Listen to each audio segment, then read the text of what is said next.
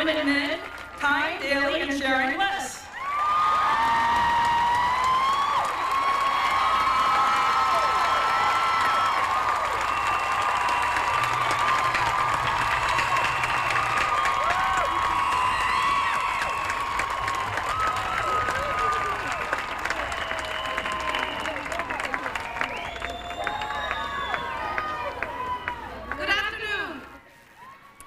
This gathering is called A Rally for Women's Lives. I'm excited and grateful to be here. This past week was my last-born child's spring break from the 4th grade, and I brought her here to this beautiful city so that she could begin to learn about the government of her country and its past and its future, in which I hope and trust she will claim her part. We've spent this short time seeing the buildings and monuments and museums and seeing the paintings and the portraits and the photographs of the people whose talent and energy made its great ideas a reality for some of its citizens. But all this week I have been aware and have wanted Alexandra to begin to be aware of how much talent and energy has gone unused, has been ignored, unappreciated, uncompensated for, and unacknowledged.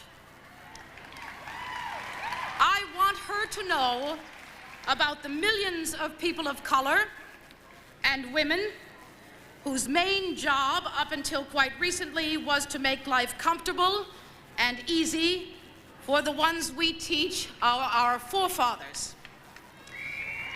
Day before yesterday, I interrupted our tour of the Capitol to participate at the invitation of Congresswomen Eleanor Holmes Norton and Pat Schroeder in an announcement of the reintroduction of a bill designed to ensure equal pay for equal work. And after that, Alexandra and I visited the White House. When I told my 27-year-old daughter, Elizabeth, about our day, she said, "Gee, Ma, I remember when you took me marching for equal pay when I was a kid." Oh, yes. Then it was 59 cents on the dollar, and now it's 71 cents on the dollar. We live in a society that still clearly shows its children that its female citizens are worth less than its male citizens. And I believe that that is one reason why some men feel justified in keeping women in their place with violence. We teach our youngest children that hitting is not the way to solve problems. But of course, this is a lot harder for a 5-year-old to believe if his parents hit him, or if she hears and sees her parents hit each other. I remember a young father at a fancy children's birthday party I attended with my middle child, Catherine, years ago, telling me that in a moment of high frustration, he had raised his hand to his 4-year-old son, and the boy said, "It's my body, Dad."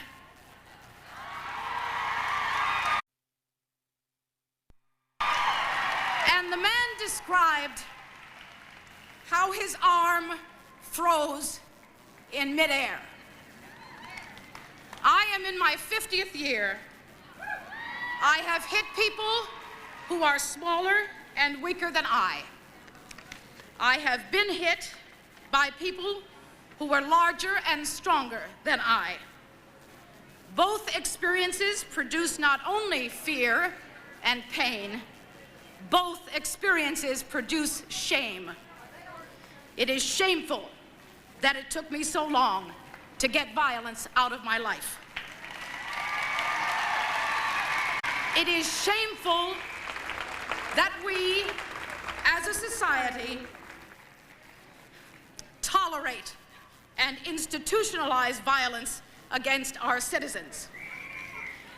I am grateful that on my last day in Washington, now has given me the opportunity to show Alexandra what thousands and thousands of her fellow citizens look like.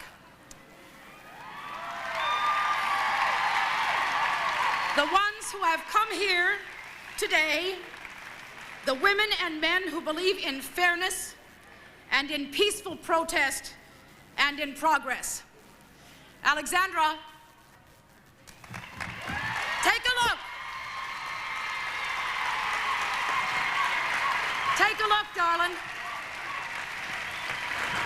You are powerful without being violent. You are strong without being tough. You are beautiful to behold. As we rally for women's lives, I hope for a better future for my daughters, for all of our daughters and sons.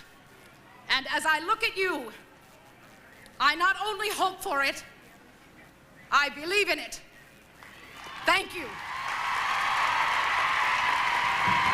Thank you.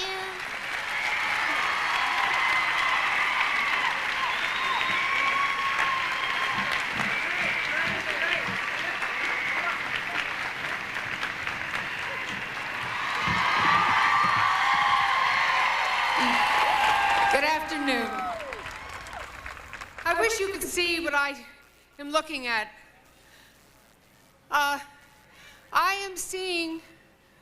I understand 100,000 beautiful, passionate men and women.